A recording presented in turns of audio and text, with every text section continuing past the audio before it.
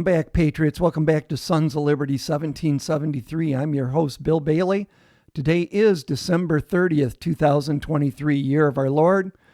So, folks, I want to talk about New Year's Eve and staying home and staying safe and why. But before I do, I just want to back up a little bit and remind everybody that the enemy is here.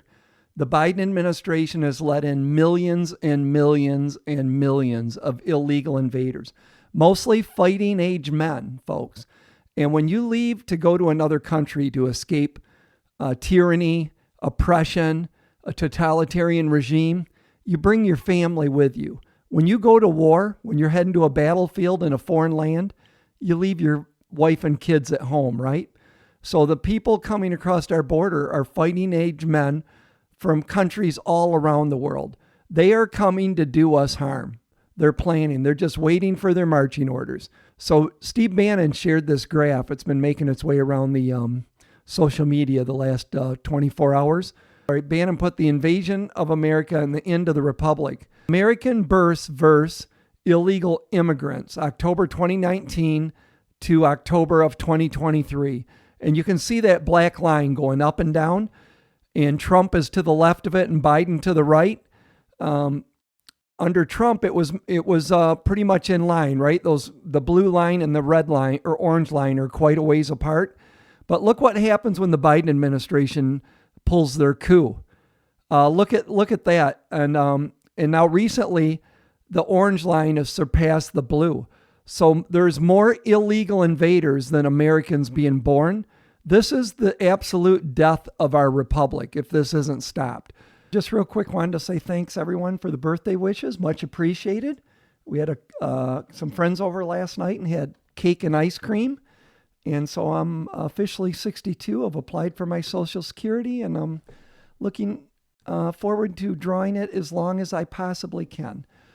So these same friends that actually came over to have some birthday cake with us, we went to a town about 30 miles away from here to a gun store, a rather large gun store.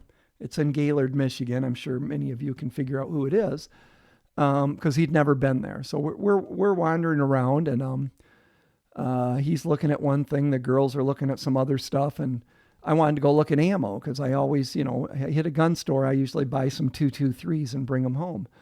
So I'm looking at guns, and they have a hell of a gun selection there. And then I made my way over to the ammo department. And this is a big store, folks, the big store. Lots of ammo. And I said, what kind of deals you got on 223s? And he just points to the counter. He goes, that's what's left. And I go, what do you mean?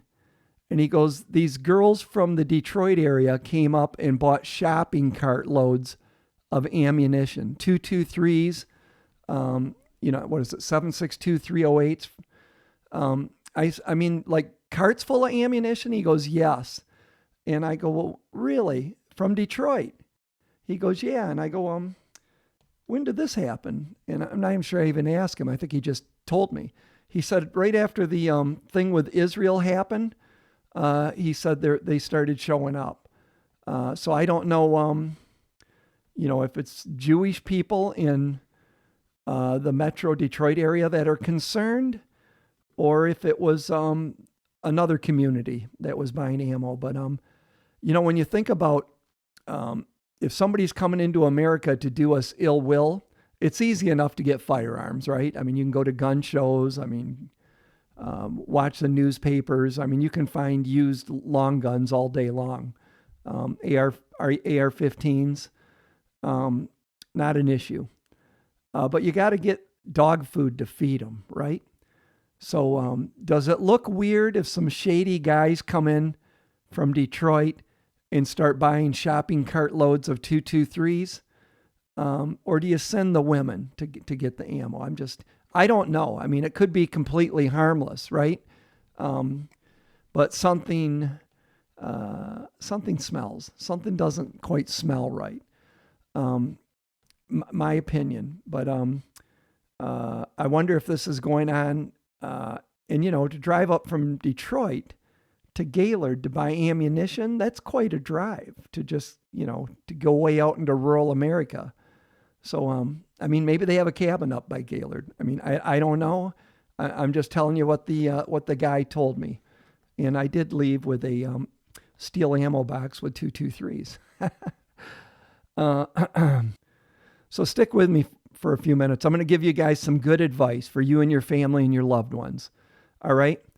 Stay home this New Year's. Stay home. Stay with your friends. Do not go out where there's big crowds, okay? Definitely avoid, the Big Apple and the, whatever the thing they drop in New York City, any big cities, anywhere there's crowds, stay the hell away, okay? Because if there's going to be something go afoul, the evildoers will look for target-rich environments, okay? Not where there's 5 or 10 people, but where there's 400 or 500.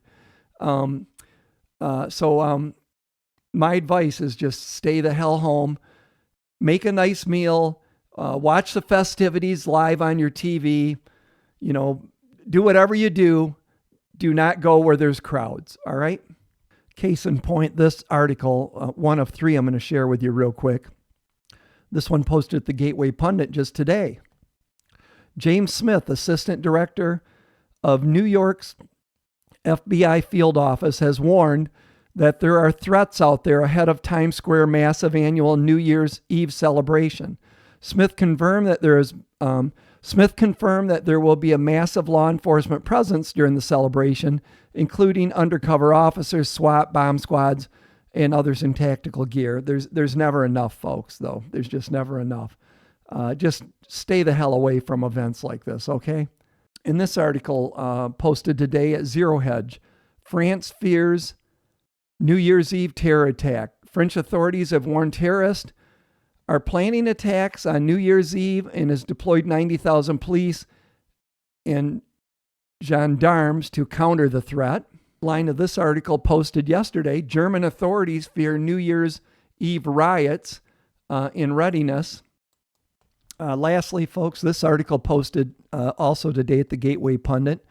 New Jersey man accused of trying to join Islamist terror group, and I'm just going to skip down to this part. Nazar, a citizen of this country, America, traveled from Egypt to Kenya bent on joining and training with al-Shabaab so that he could execute his jihadist mission of death and destruction. Nasser was prepared to kill and be killed to support the jihadist cause, and in his own words, he described America as evil and the head of the snake. Now, they caught this guy training, and one of the very few, I'm going to say.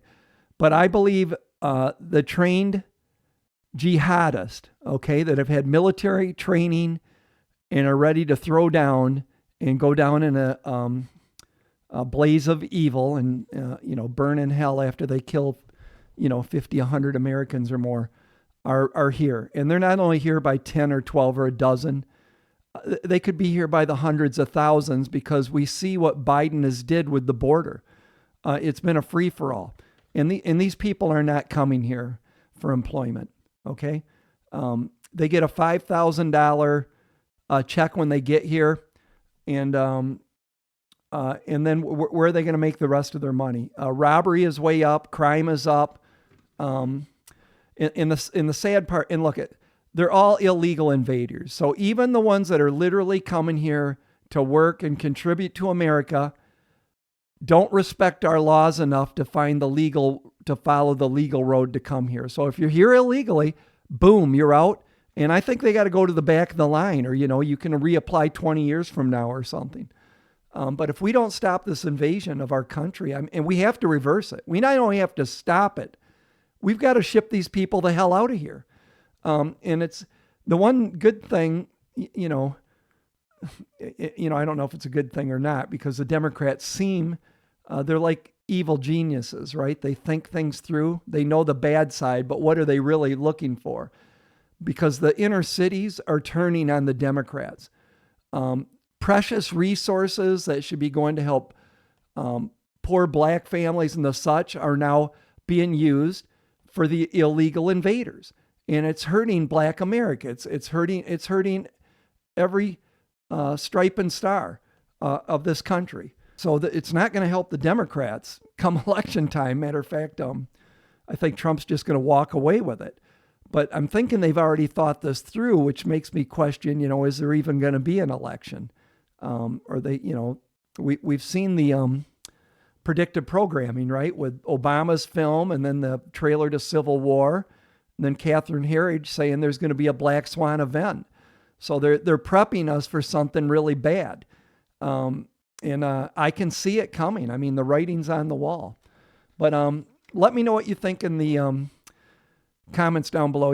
If you're new to this channel and you like the content and think we can relate, please subscribe and join our community. Check mark the bell so you get all notifications. Like the videos, give them a thumbs up. That helps the algorithm and push this content out. But my advice, stay the hell home, okay?